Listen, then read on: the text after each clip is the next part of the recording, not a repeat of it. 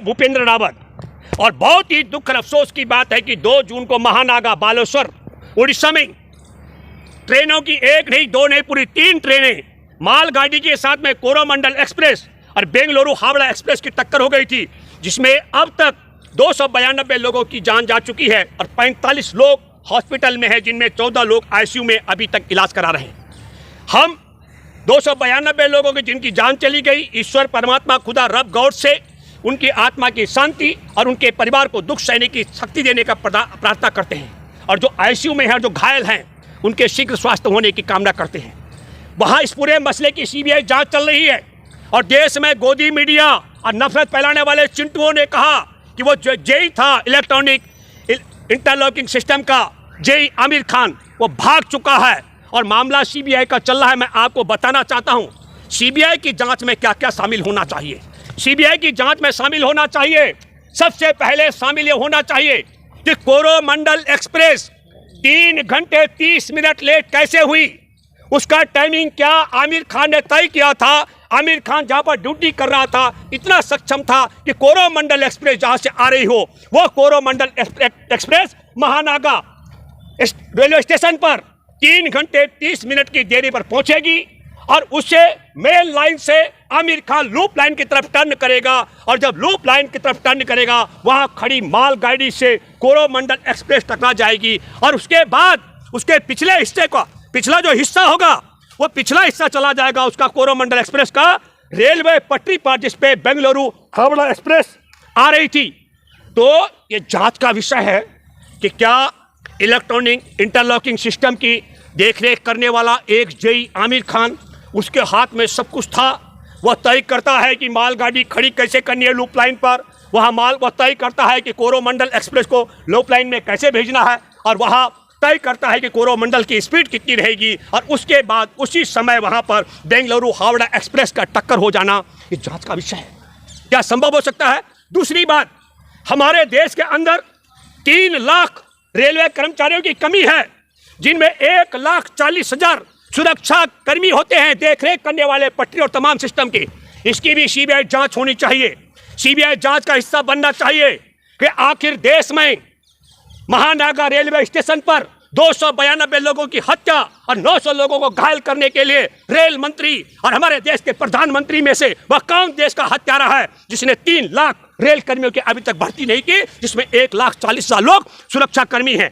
फरवरी के अंदर सिग्नल के सिस्टम की खराबी को लेकर के रेलवे के एक आला अधिकारी ने 9 फरवरी को लिख करके चिट्ठी दी थी। हमारे देश में सीबीआई की जांच होनी चाहिए कि देश के प्रधानमंत्री और देश के रेल मंत्री में वह कौन गद्दार है जिसने आला अधिकारी की बाहर रिपोर्ट व पत्र जो हमारे देश में इलेक्ट्रॉनिक जो सिग्नल सिस्टम की खराबी को लेकर का था, उसकी अनदेखी की है। यह भी सीबीआई जांच का मामला बनना चाहिए।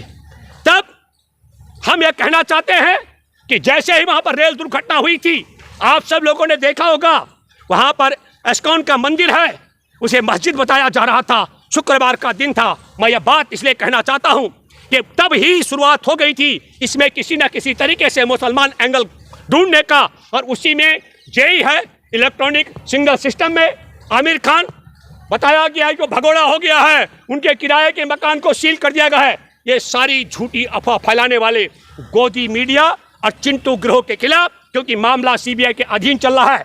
ईमानदारी तब है जब सीबीआई उस पूरे गिरोह का पर्दाफाश करे, उन्हें दंडित करने का काम करे जिन्होंने आरोप लगाया कि आमिर खान अपना वहां से भाग गया है, जबकि आमिर खान ने तमाम जो रेल कर्मी हैं वो सीबीआई की जांच में मदद कर रहे हैं। और वह कौन टीवी और अखबार है जिसने आमिर खान को भगाने की रिपोर्ट चलाई है, वह कौन यूट्यूब चैनल वाले हैं, इन सब पर प्रतिबंध लगाया जाना चाहिए, उन्हें दंडित किया जाना चाहिए। 1, 2, रेलवे की सुरक्षा में 1,40,000 लोगों की कमी के कारण जो बार बार डीरेल हो जाती है, इस पूरे मसले को भी सीबीआई को जांच में लेना चाहिए ताकि दूध का दूध और पानी का पानी हो सके। जब रेल को चलाना हो तो झंडी दिखाने का काम देश का प्रधानमंत्री करे, लेकिन जब लाशों की गणना करनी हो, घायलों के सब को उपचार के लिए भेजना हो और लाशों की चिता जलवानी हो या उन्हें शमशान या कब्रिस्तान पहुंचाना हो, तब रेल मंत्री को आगे किया जाता हो। यह परंपरा भी, इसकी भी जांच होनी चाहिए। तब मैं कहना चाहता हूं मेरे प्यारे देशवासियों, आमिर खान पूरी तरीके से जांच कर रहा है, लेकिन मैं दावे के साथ मैं कह सकता हूं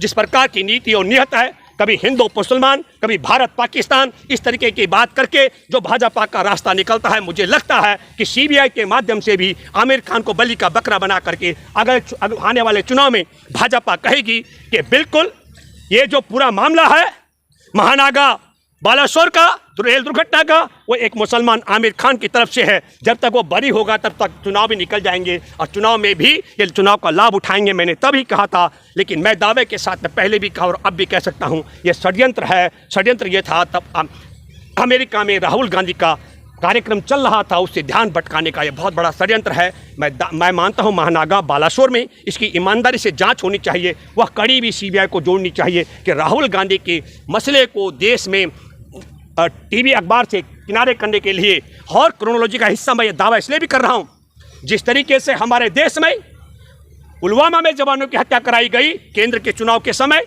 के खुफिया एजेंसी की रिपोर्ट को खारिज करके और जहाज़ों की मांग को खारिज करके, उसी तरीके से आपने देखा गलवान घाटी में भी जवानों, बिहार रेजिमेंट के जवानों की हत्या कराई गई। जिस तरीके से ये दो घटनाएं, उसी तरीके से मुझे लगता है कि महानागा बालासोर में भी रेल दुर्घटना भी उसी षड्यंत्र का हिस्सा है जिसने पुलवामा में और गलवान में जवानों की हत्या कराई है। धन्यवाद। क्या कहना चाहते हो, प्रधानमंत्री और रेल मंत्री जी को सिंपैथी नहीं है?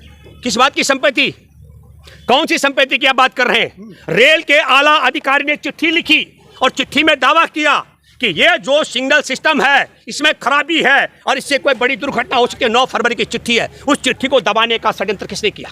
उस चिट्ठी को दबाने वाला षड्यंत्रकारी ही महानागा बालासोर में रेल दुर्घटना का करवाने वाला असली दोषी है, ये मैं कहता हूं।